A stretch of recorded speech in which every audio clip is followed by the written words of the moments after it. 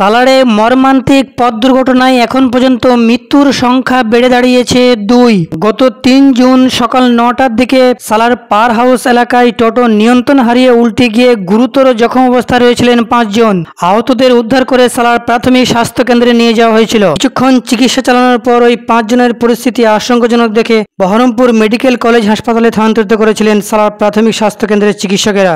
ঘটনাটি ঘটে যাওয়ার 4 ঘন্টার মধ্যেই বহরমপুর মেডিকেল কলেজ হাসপাতালে মৃত্যু হয়েছিল কোহিনুর বিবি নামের ওই মহিলার। বাকি আরও 4 জন গুরুতর জখম অবস্থায় রয়েছিলেন। তাদের বহরমপুর থেকে কলকাতা স্থানান্তরিত করা হয়েছিল উন্নত চিকিৎসার জন্য। ঘটনাটি ঘটে যাওয়ার ঠিক 2 দিন পরেই আরও এক ব্যক্তির মৃত্যু, গোলাম গাউস শেখ। তিনি শেষমেশ কলকাতা হাসপাতালে 2 দিন চিকিৎসা চালানোর পর শেষমেশ বৃহস্পতিবার ভোর 3টে নাগাদ শেষ নিঃশ্বাস ত্যাগ করেন। পরিবার সূত্রে জানা যায়, খায়রুন্নিসা বিবি ও গোলাম গাউস শেখ স্বামী স্ত্রী, অর্থাৎ একই পরিবারের 2 জনের মৃত্যু। আহত ও মৃত্যু উভয়ের বাড়ি পূর্ব বর্ধমান জেলার কেত্তগ্রাম থানার মো গ্রামে। ঘটনায় শোকে কাতর মো গ্রাম। ময়নাতদন্তের পর গোলাম গাউস শেখের দেহ বৃহস্পতিবার গভীর রাতে বাড়ি ফিরতেই শোকের ছায়া গ্রাম ও পরিবার জুড়ে।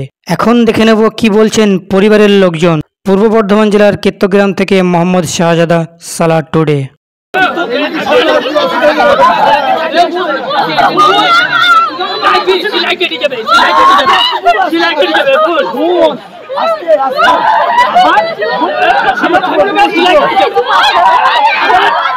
ঘটনা কি ঘটেছিল সেদিন? ঘটনা টোটোতে করে যাচ্ছিল, এখন অ্যাক্সিডেন্ট হয়ে গেছে। অ্যাক্সিডেন্ট হওয়ার পরে প্রথম সালারে দিয়েছিল, সালার থেকে সাথে সাথে বহরমপুর ট্রান্সফার করেছিল। আমার 5 জন, আমার নানা ছিল, আমার নানি ছিল, আমার খালা ছিল, আমার খালার একটা ছোট বাচ্চা ছিল, আমার মামি ছিল, মামির একটা বাচ্চা ছিল। 5 জন আহত হয়েছে। ওই বাচ্চাটাই শুধু সুস্থ ছিল 5 জনের মধ্যে। আচ্ছা, ওদের নামটা কি ছিল? যারা যারা আহত হয়েছিল সবার নাম? একজনের নাম ছিল মেরি খাতুন, গোলাম গাউস শেখ, খায়রুন্নিসা, মিলন শেখ আর রবিউন্নিসা, ইব্রাহিম শেখ, রবিউন্নিসা। যে 2 জন মারা গেলেন ওনার নাম কি? ওনার নাম ছিল খায়রুন্নিসা আর গোলাম গাউস শেখ। ওনাদের 2 জনের সম্পর্ক কি ছিল? স্বামী স্ত্রী। বেশ, তারপরে কি হয়েছে? তারপরে বহরমপুরে আমার নানি মারা যায়। বহরমপুর থেকে আমার নানাকে তার পরের দিন ট্রান্সফার করে, আমার নানাকে আর বাচ্চাটাকে কলকাতা ট্রান্সফার করে। কলকাতায় কলকাতায় 5-7 ঘন্টা থেকে আমার নানাও মারা যায়। কলকাতায় নীলরতনে ট্রান্সফার করেছিল। এখন আমার খালাতো ভাইয়েরও অবস্থা খুব একটা ভালো নয়, আমার খালারও অবস্থা খুব একটা ভালো না। ওনারা কোথায় আছেন এখন? ওনারা হাসপাতালে আছে। আমার নানা মারা গেছে, নানাকে নিয়ে আসছে, অ্যাম্বুলেন্সে করে নিয়ে আসছে। এখন কি চাইছেন আপনারা? আমরা চাইছি, আমাদের ধরেন গরিব মানুষ, আমাদের পুলিশ প্রশাসনের কাছে দাবি যেন কিছু একটা করে। আমার নানারাও খুব গরিব, এইভাবে একটা পরিবার শেষ হয়ে গেল। আপনার নাম কি? আমার নাম মোহাম্মদ ওবায়দুর রহমান। বাড়ি কোথায়? আমার বাড়ি বেলডাঙ্গা। যিনি মারা গেছেন উনি কি হচ্ছেন? উনি আমার নানা হচ্ছেন।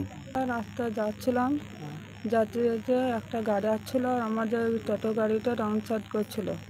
দিয়ে রং সাইড করে গাড়িটা ধাক্কার নাম মেরে ও গাড়িটা ছেড়ে দিয়ে চলে গেলো, আর মারা দিয়ে এসে ধাক্কা মারলো। দিয়ে আমাদের ওপরে গাড়িটা পড়ে গেল। দিয়ে আমার শাশুড়ি মায়ের এই চোখ থেকে গালটা কেটে গেল, আর ননদের এই কপালটা কেটে গেল, আর রক্ত তো শূন্য। শাশুড়ি মাটার মধ্যে সঙ্গে সঙ্গে মরে যাবে। দিয়ে সঙ্গে সঙ্গে হসপিটাল ব্যান্ডেজ করে দিল, সঙ্গে সঙ্গে অ্যাম্বুলেন্স করে বহরমপুরে সঙ্গে সঙ্গে ভর্তি করার পরে 2-3 ঘন্টা পরে আমার শাশুড়ি মা মারা যায়। ওনার নাম কি ছিল? খায়রুন্নিসা। তারপর শাশুড়ি মায়ের নাম ছিল খায়রুন্নিসা। আর কিছুক্ষণ 1 দিন পরে আমার শ্বশুরকে ট্রান্সফার করলো কলকাতা। শ্বশুর আজকে কলকাতাতে রাত 3টার সময় মারা গেছে। শাশুড়ের নাম ছিল গোলাম গাউস শেখ। এখন কি চাইছেন?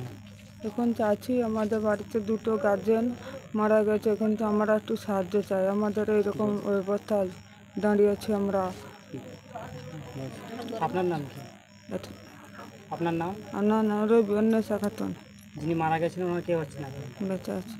আপনার বাড়ি বেঁচে? কোথায় বাড়ি? মো গ্রাম।